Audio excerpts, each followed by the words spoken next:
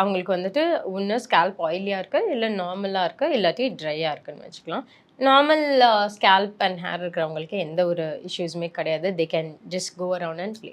இப்போது oily scalp இருக்கிறவங்களுக்கு தான் ஆக்சுவலி ரொம்ப ப்ராப்ளமாக இருக்கும். ஏன்னா நிறைய பேர் வந்து அவங்க சொல்லுவாங்க, நான் இன்னைக்கு காலையில் தான் தலை குளித்தேன், ஈவினிங்குள்ளே எனக்கு ஆயிலி ஆயிடுச்சுன்னு. ஸோ ஆயிலி ஸ்கேல்ப் இருக்கிறவங்க வந்துட்டு அவங்க கிளாரிஃபைங் ஷாம்பூஸ்னு வரும்.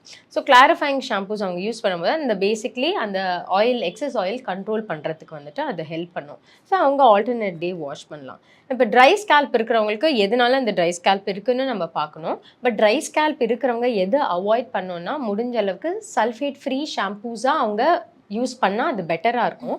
ரீசன் பீயிங், சல்ஃபேட் நான் பேடுன்னு சொல்லலை. ஏன்னா நம்மளுக்கு சம்டைம்ஸ் சல்ஃபேட்ஸ் வந்துட்டு தேவை தான் ஃபார் பர்டிகுலர் ஹேர் கண்டிஷன் இல்லாட்டி ஸ்கேல்ப் கண்டிஷனை பொறுத்த வரைக்கும். ட்ரை ஸ்கேல்பில் என்னென்னா, நம்ம சல்ஃபேட் கொஞ்சம் கூடுதலாக இருக்கிற ஷாம்பூஸ் யூஸ் பண்ணோன்னா அது வந்து இன்னும் ஸ்கேல்ப்பை ட்ரை ஆயிரும். ஸோ அது ஏற்கனவே ட்ரையாக டேமேஜாக இருக்குது, இன்னும் ட்ரைனஸ் வரும்போது அது அக்ரவேட் பண்ணும். ஸோ அவங்க வந்து ப்ரிஃபரபிளி சல்ஃபேட் ஃப்ரீ ஷாம்பூஸ் வந்து யூஸ் பண்ணலாம்.